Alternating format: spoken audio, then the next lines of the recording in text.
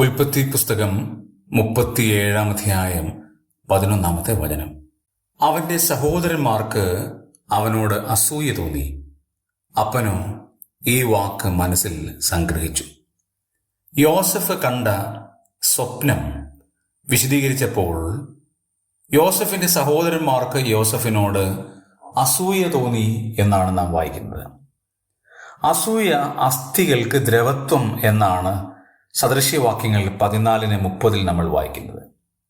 അസൂയ മുഖാന്തരം അസൂയ ഉണ്ടാകുന്ന ആൾക്കും പ്രയാസമാണ്. നാം ആരോട് അസൂയപ്പെടുന്നോ അവർക്കും അത് ബുദ്ധിമുട്ടുണ്ടാക്കുന്ന കാര്യമാണ്.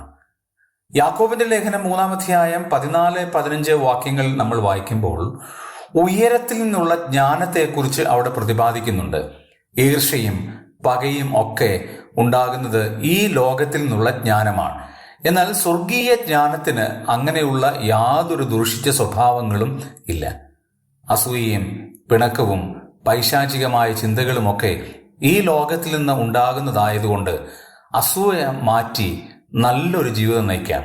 മറ്റുള്ളവർക്ക് നല്ലത് വരുന്നത് കാണുമ്പോൾ അവരോട് സന്തോഷമുള്ളവരായി സ്നേഹമുള്ളവരായി നമുക്ക് ജീവിക്കാം. അത് നമ്മുടെ അസ്ഥികൾക്കും സുഖമുള്ളതാണ്.